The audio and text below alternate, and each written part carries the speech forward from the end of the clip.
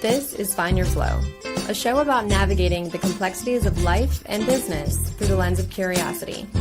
I'm your host, Angelique, and I bring together experts to deliver responsibly curated conversations and perspectives that aim to progress people and the planet.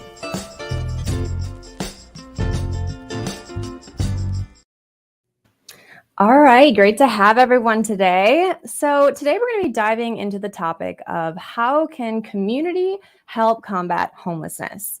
So many of us are very lucky to know what connection, and that connection is integral part of a meaningful community and is extremely important for our mental and even physical well-being. It helps us develop a stronger sense of personal and collective identity and can also give us a boost to our self-esteem, our willingness to take on the world and make our dream happen. In essence, it's the basic need of humans to belong and feel a part of something that is bigger than ourselves. However, oftentimes those experiencing homelessness and food insecurities struggle to feel seen, to be heard, and to have the power of choice and community.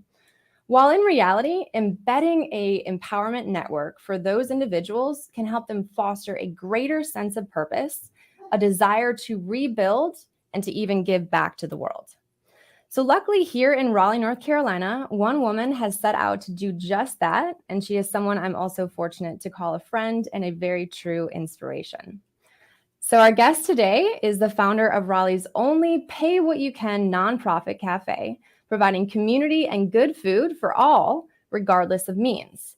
Their aim is to not only help fight food insecurity, but fight community insecurities by providing a space for all to belong, to be seen, and to have freedom of choice. So Maggie Kane is a full-on hype queen. She is a speaker, entrepreneur, and of course, the executive director of A Place at the Table with a special focus in nonprofits and small killer coffee shops.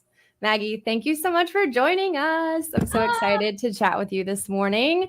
To kick things off, tell us a bit about how you got started. Where did this vision for A Place at the Table come from? Awesome. I'm so excited to be here. Thank you for having me. It's so good to see your face too. I feel like we're in the same room together, but really excited to be here. So cool. And what a great introduction. I love all of that. So I'm going to need to borrow all of that content. So thank you. Yes. So A Place at the Table, why we are here. So first, I'm Maggie. As you said, I'm the executive director and founder of A Place at the Table. I am from Raleigh. I know that some people call us Raleigheites unicorns, but I think there's more and more of us coming to the area or being in the area. Staying in the area, yeah. But I love Raleigh. Born and raised here with my mom, my twin sister, and older brother, and just thankful they're all still around and local here. And so I'm growing up in Raleigh, right? I grew up volunteering at a lot of different places. My mom raised us in church locally, and so we would go and volunteer at various places. So definitely got a sense of volunteerism and meeting different people, meeting different communities as I was growing up. While I was going to college, I'm very fortunate to have gone to school, very fortunate to have gone to NC State. I honestly wanted to get out of Raleigh. So I was thinking I was going to move somewhere and go to school somewhere else.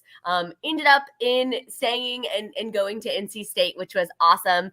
Go Wolfpack, and very lucky. Met a lot of great friends and loved it. But I was in school. I'm still thinking I'm moving after school. I'm going to move abroad somewhere. I'm going to do something. In all seriousness, I wanted to move to Italy, speak Italian, marry some attractive Italian, drink lots of wine. We're not ruling that out. But yeah. So I went to school for international relations, Italian, and business.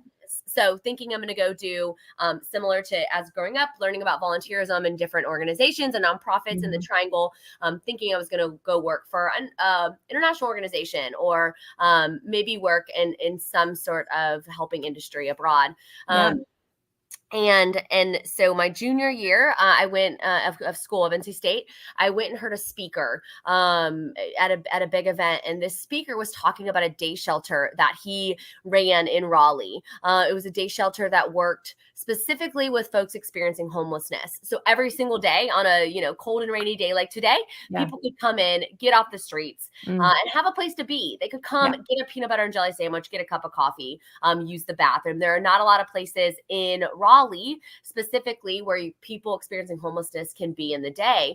And so I heard this speaker and I immediately had this gut check of, I got to get involved with this. So went and got involved, started volunteering at this day shelter for about 2 years, finishing through my graduation in college. And I got to know so many folks at this day shelter. I got to know their hopes and their dreams, and they got to know mine. And in all seriousness, like, we just became friends. I graduated college, and about 10 of them came to my college graduation. And I know. I was in an NC State class yesterday, and one of the state students said, it's really hard to like get people tickets to college graduation. So who knows how that happened, but they found their way in and they cheered me on. And in that moment, as I'm starting to think about what's next, as I'm thinking about where I'm going to go, I was applying for jobs. In that moment, seeing them at my college graduation, I just knew I needed to stay. And I knew I needed to be here and be a part of this community here for a while. And so I took a job at this day shelter, working with folks every day. And I wanted to get to know them more, and not just at a quick daily passing in through the shelter. And for me, getting to know people is done through food, is done through coffee. It's the tool, right? It's what we all have in common. We all, I think, love to eat, but we all have to eat. And so I would go and eat with folks experiencing homelessness. And for them, it means you eat at the soup kitchen a lot. And in Raleigh, in downtown Raleigh, we have a soup kitchen that is really fighting food insecurity. They're feeding 300 people every single day. It's incredible. It's great work and needed work that they do. But we get to the soup kitchen, we would stand in line. We'd have to get in really quickly, eat really quickly. Couldn't really spend a lot of time together. We got handed a plate, whatever they had that day, because they're feeding so many people in that hour. And what I found, it was so different than my life experience, where I can go spend hours sharing a meal with you, Angel, and just spending time and eating whatever we want. So I started taking folks out for meals, and my friend John, who happened to be on the streets for about 3 months, changed my life forever. And we were at Golden Corral. He had chosen Golden Corral 3 times. So for all who do not know, Golden Corral is a Southern staple. I think it might be an East Coast staple now, but I think we had them up in Michigan. I think so. Yeah. But it's a huge buffet restaurant. And so my privilege, thought that John had chosen Golden Corral for the 3rd time because, to go and eat there, because he could pile his plate on. He was super hungry. And I was saying that to him while we were sitting there eating. And he said, "No, Maggie, that's silly. That's no, not at all. I can find food." He said, "I've chosen Golden Corral for 2 reasons. The first being choice." He said, "Now you have choice here." He said, "People make every choice for me, from where I sleep to what I eat. Here I get to choose what I want to eat." And the second being, I feel seen here. He said, living in poverty, living on the streets specifically, people treat me as invisible. They literally step over me. He said, here, people see me. Someone greets me at the door. They come around. They ask if I need a refill. They check in on me. They say bye as I'm leaving. I'm seen here. So that was that mic drop moment for me, where I said, we've got to do something about this. We have to create a place where people have choice and people feel seen. I started researching. I researched everything. I had no idea what I was doing. Researched everything from faith communities, social enterprises, nonprofits, restaurants, just everything. I even checked out library books, but very outdated. And starting like this. And I found the pay what you can system. I found that it existed across the country, and said, if other places could do this, then Raleigh certainly can too. Absolutely. And what a perspective to think about some of the things that we really take for granted, as simple as having choice and being seen too. And I love that it sounds like so much of your growth here is, I mean, it's every fiber of you since you were like younger and in school and your volunteer work. I mean, it's incredible to hear somebody that has, you've really followed your purpose and found your purpose and you're ignited by it. And you're helping so many people. It's Oh my gosh. freaking I'm the amazing. lucky one. I love what I I do. love it. I It love doesn't it. feel like helping at the end of the day, that's for sure. Yes, yeah, absolutely, absolutely, and I think that it's important that you mention, like, these are your friends. These Mhm. are human My beings. people. They're your people. And, you've mentioned community at a few different spaces, and, that's a big topic that I've been exploring too because it's so fundamentally important for people to feel Yeah. belonging. And so I guess my next question goes into, as that is something that is infused into a place at the table, what are some of the ways that you guys cultivate that? What are some of the Yeah. ways that you promote community on a day-to-day basis? Yes, great question. Thanks for asking that because it is community is number one. You mentioned earlier, and that we say this, and we're fighting food insecurity and feeding a lot of people, of course, but we're really fighting community insecurity, providing a place for people to belong and feel like they're a part of something. So when you walk in a place at the table, there is immediately a door greeter. So there's someone that is going to acknowledge you and say hello, and if they know you and have met you before, probably call you by name. So someone is always going to greet you, and just make you feel like you belong as soon as you walk in the door, and that you understand the mission and how it works. For us also, names are really important, and so we have name tags. So lots of different people from staff to volunteers wear name tags. Our mission is community and good food for all, regardless of means. And so community is first for a reason, as I said, using that good food as a tool to creating community. And we do that too through eating together and through volunteering together. So we have large community tables where people can sit together and eat together and catch up or meet a new friend. And then we also are volunteering together. And so lots of different volunteers, whether you are in there and volunteering because you signed up for a shift because you wanted something to do on the weekend, or whether you are volunteering for your meal, everyone is volunteering together. Everyone is, doing the same thing, helping the staff make a place at the table happen. And it's really fun too. Another thing, I think we do a lot of fun social events. So Okay. we pull a lot of different, invite the whole community to come out, come to a party, come to a holiday party, whatever it is, so we can bring the community together. We also have a huge giant food truck rodeo, which we love Oh, so and fun. just are so excited about, because where we are, at 300 West Hargett Street in downtown, Mhm. we're not a small restaurant by any means, but we certainly No. can have the whole community come out and be in the space. So we do a food truck rodeo one day of the Mhm. year, so everyone can come and pop up long community tables so people can eat together, and just come together, and feel like they belong.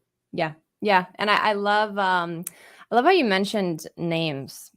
Just by using and someone calling you by your name, it makes you feel seen. Mhm. And I love how you talk about, I mean, you're leveling the playing field because everyone's volunteering. Everyone is coming in. It's not like I'm above this person or that person. It's just like you are all there for the same purpose to serve one another. And I think that's incredible. Can you do a little plug on when we can expect when the next food rodeo is this year? Yes, June 4th, June 4th. Okay, Come on, everyone perfect. come out. Such a blast. 8 or 9 food trucks. Awesome. And just you really see the whole community out there where how it should be. Love it. Love it. So I want to dig a little bit more into this model because Yeah. obviously, like you mentioned, I mean, there's a lot that goes into building an organization like this, Mhm. and a part of that comes into play with working with local government. So I guess from years of experience, what are some of the what is the impact that this model has had specifically in our community? Yeah, great question as well. Oh my gosh, I every day I think about how it's amazing a place the table is, and I am so fortunate to be a part of it and work with the team I do, and be supported by the community that we are in. Mhm. It I look back, people ask me all the time, what's been the most surprising thing about this whole process? And I always say one this model works and it works really well, and then and two, on that same front, that the community has supported it. It's been incredible to see how people from, local organizations to people that live, work, and play downtown, local government to hire donors to folks who need a meal. Everyone is in this one place and supported it. The Raleigh community has really wrapped their arms around a place at the table and supported every day. I mentioned local government and city council and things like that. They, many of the city council come and eat with us every single Tuesday when they have meetings down the street. People who work downtown intentionally schedule meetings there. I have a friend who works downtown who I've gotten to know really well. He used to schedule all of his meetings at Starbucks, and now its table is his spot. So he is in there 2 or 3 times a week. And then to the nonprofit and restaurant community, I think there's this people always think that restaurants are always competing, nonprofits are always competing for dollars and funding. But we don't see that. And we're just so fortunate that we get to be a champion of other restaurants and be a champion of other nonprofits and vice versa, and feel that same support from all of them. We have restaurateurs come in and work the line with us, right? They're back there cooking eggs, frying chips, helping us, really supporting the mission. Dean Ogan, who owns Rocky Top Catering, has sent his team. Literally anytime I call him, he's like, okay, yep, sending someone over. And so for years, he sent his team to come and help us. And he pays his team to come and volunteer with us, which is amazing. Love it. Love that. And then other nonprofits, they pop up tables at a place at table and tell the other people about their mission. So that's been really fun to see. The whole support of the whole community coming together in this one space. We're just so lucky. And I've been in Raleigh almost 10 years now, and that is the one thing that I just so fundamentally love about this place is like the community will rally hard, and I'm not saying that other areas don't, but that is one thing that I really appreciated about this area. And yeah, it's just amazing to see and hear that, because it's not the competitive nature. I mean, it's just like it's supporting the model. And I may say, you guys have incredible food. Oh my gosh, I know. It's and that's so not me. good. That's not me. That's our team. Good. Yeah. I'm telling you, we have an awesome team. And I think creative too. I know. Yesterday I had this bomb salad, a seasonal salad. It's blanched broccoli, green beans, toasted pumpkin seeds, goat cheese, quinoa, cranberries. Oh my gosh. Like, they're super creative. And I'm just, again, as I said earlier, and I've already said multiple times, I'm so thankful to work with them. And, I think a big thing in leading a company or leading a business is that you hire really good people who are better than you. Amen. And, I can cook eggs, and I don't even do it all that well. So you hire really good people that can make amazing and creative food. So I want to dig again more into the model. So tell us how the model works, and on a daily basis, how many around the community are you serving? Sure. Yeah. I know I should have mentioned this earlier. I got a little excited, I think, in talking about how we build community at a place at table. Yes. So you walk into a place at table, it looks and feels like a regular restaurant. You wouldn't know any different. Just like any other restaurant we go to, many of us get to go to any day. Yep. And you get up to the register. As I said, you eat really good. You smell really good food, cooking, see fun photos on the wall. It's a beautiful place. And then you get up to the register and you start to see the suggested pricing model, and you see that all prices are suggested. So people can choose to pay that price. They can pay more and pay it forward for someone else. They can pay less. We know that some weeks all you can do is pay less, and that is great.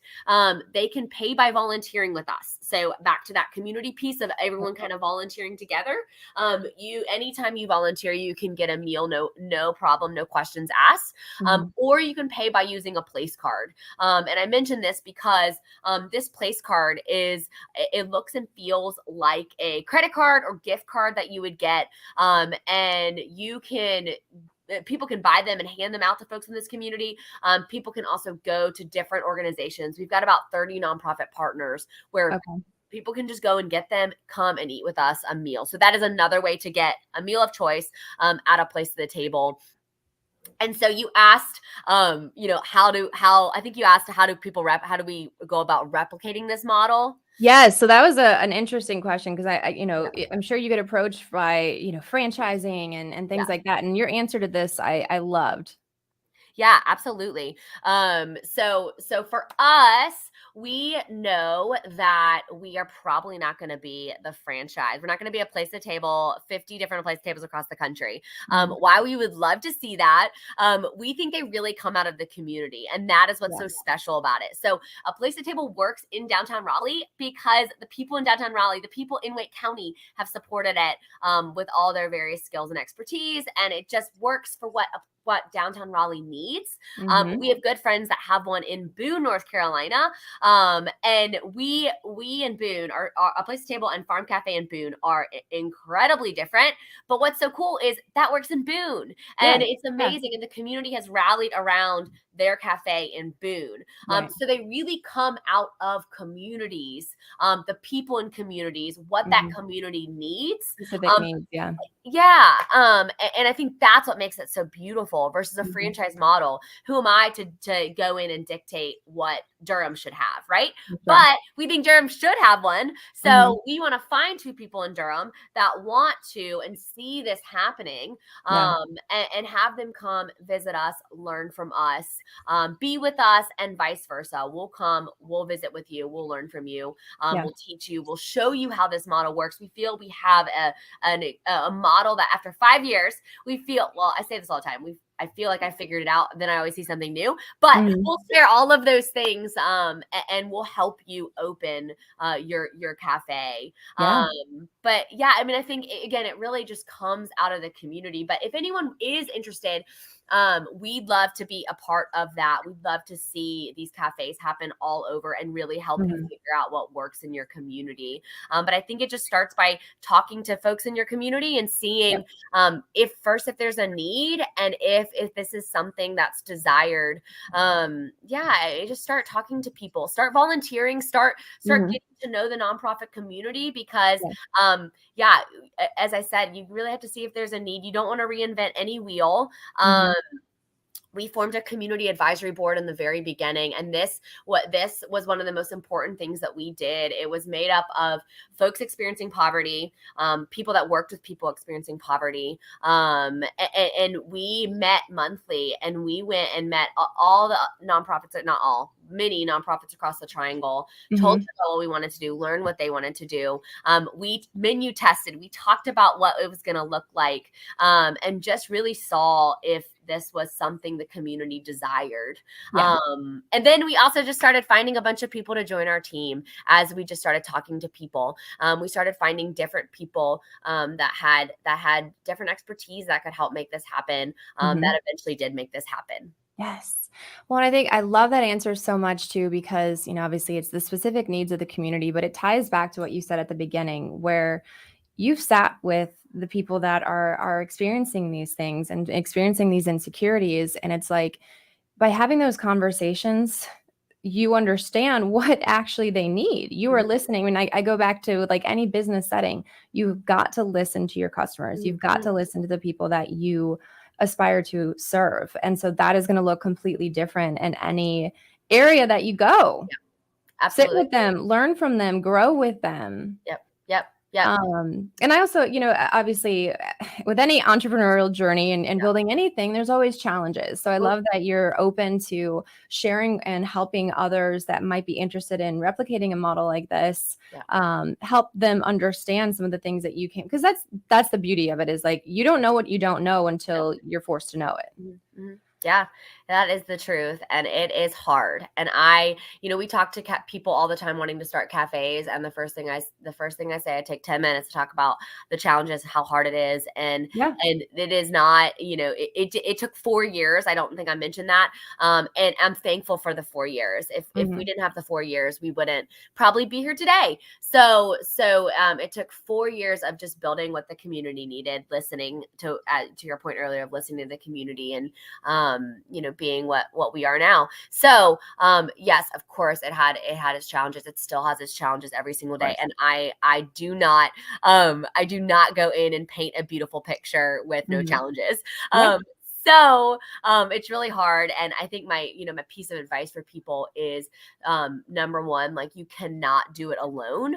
I think entrepreneurs have this sense that they have to do it by themselves, Mm, and that they have to be an expert in everything. right. And I am here to say I'm an expert in like nothing. I am an expert in being, as you said earlier, a hype girl. Like that is if I could You're a just be a hype connector. if I could just be a hype girl in life, like I think my job is done here. So I am not good at a lot of different things. Mhm. But I found so many amazing people that have all the expertise that I don't. So I really think, you can't do it alone. You've got to find your people. You've got to find Mm. people with all Community. the you got to find your community that will Right. help do it together. And to your point earlier too, like we're all searching to belong. We all want to be a Mhm. part of our community. It's a lot more fun when you're in community doing it together. And so Right. the people Right. I was able to meet over the past now 10 years, I wouldn't change a thing about it. So yeah, I mean, I really think my one piece of advice is that you just can't do it alone through those challenges. You need each other. You need other Yeah. people. And the amount of people that have showed up daily for me, it's incredible. I love it. I love it. And, going back to the purpose part, I feel like it's so common to find your path to purpose while serving others. And you really see the things that are inspiring to you. And, it's just, it tugs at the heart in a different way. And it's, opening your mind and expanding your perspectives when you're able to serve in any capacity. Yep. Um, the last And question that I have for you is, I love the empowerment model where you're helping folks get back on their feet, experience community, experience belonging. What are some other models in our community or in communities nearby that you really think are solid, solid models, business models? yeah. Oh my gosh, so many. Do we have all day? We've been, as I said earlier, we've been so fortunate 2.0. to, I know, we've been so fortunate to work with a lot of other organizations, a lot of other Mhm. places, and be able to partner with them. Right. So that's been really, really cool to see, and learn about all that they are doing. I would say that are, similar other places that are fostering community, I've seen a lot of other pay what you can services. I have a Mhm. friend that started a pay what you can photography business. So really creating a place for everyone to be a part of and get pictures, Right. and just similar to name tags, like pictures are important too. Yeah. Inclusive Yes. faith communities. Mhm. I attend a church that is just super inclusive, and it's just folks from all different areas, where we can come together. And so I've seen that in that model a lot, Mhm. in various places as I've been researching. I have a friend that owns Current Wellness, so it's a local Oh, spot yes. here, Yes. and just really creating an inclusive place that they also have a pay what you can option too. Mhm. And so I think people from all over our area feel like they can be a part of that. Yeah. We get to partner with a lot of other organizations that do really cool things like job training. Step Up Ministries it is a Mhm. really awesome job training program in the Triangle, and the list goes on. I mean, I think people are doing really cool work in the Triangle, as well as, of course, all around. But I think we live in a really awesome area with inclusive places, and I think people want to welcome folks in, and people Yeah. want to make people feel a part of it. Mhm. I think we, the Raleigh community, are, and that's what something that specialized so cool about where we live is that we really are here to help each other, and we want to see each Right. other thrive. Right. Right. Right. Amen. I mean, absolutely. That's a well-rounded answer, I think, for that. And I know some of the organizations that you mentioned, like Current Wellness. I mean, I've been following their model, and I think it breaks down the stigma sometimes on how you can actually approach these things and feel like, you can be doing the things that everyone else is doing. Mhm. And that's an important aspect of feeling like you're one in community. So I always have a fun question that I ask at the end, but I Okay. think I'm going to switch it up because my question is usually, what is your superpower? Oh, But you've mentioned a few things that I mean, besides being a hype girl, I think, your sense of being able to connect people, to bring people together. I mean, I don't want to speak for you, thank but you. you've got a lot of superpowers. So I want to ask, How would you describe your luck? Oh, how would you describe your luck? Oh, Gotta yeah. throw something, a little zinger in there at the end. I love a little zinger. My luck. Oh my gosh. I don't know what a proper way to say it is, but I just feel, and I say this a lot. Yesterday I said I'm really, really lucky, and someone said you're really, really blessed and you're really, really fortunate. And I am. I my gosh, the people in my life, I have been so lucky to be a part of their lives, and therefore allowing me to be a part of their lives, and therefore making a place to table happen.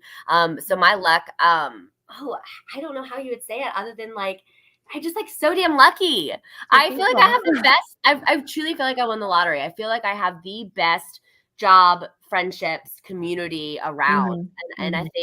I think a lot of people would say it's not luck, it's hard work, but I would disagree because I sure it's hard work, but I've been given definitely a lot of gifts in my life. I love it. I love it. Well, Maggie, thank you so much for sharing your story and coming on. I know it's early here in Raleigh, North Carolina. We Love started it. this at 7:30 a.m. So again, hype girl Maggie, always down to make things happen. I love it. And I definitely want to include some of the links Yeah, that we mentioned. The food truck rodeo, I'll include links to Current Wellness. So if you're interested in learning more about some of the organizations that we mentioned, yeah. we'll include that into the description. And please, if you are in Raleigh, North Carolina, go check out A Place at the Table. You will absolutely love it. And honestly, that the spring salad, I think that might be in my lunch menu this Yeah, afternoon. come on, and add a cinnamon roll on top. Why not? Oh gosh. Well, I gave up Oh yeah, sugar no for sugar. that. I'm supposed to like be like an accountability partner with you, but Yes. that's Well, I have already had sugar this morning, probably. amazing, Maggie. Well, I will chat with you soon, and I look forward to following along your story and all the goodness to come of it. Thank you for having me. You were such a joy, and you are such a gift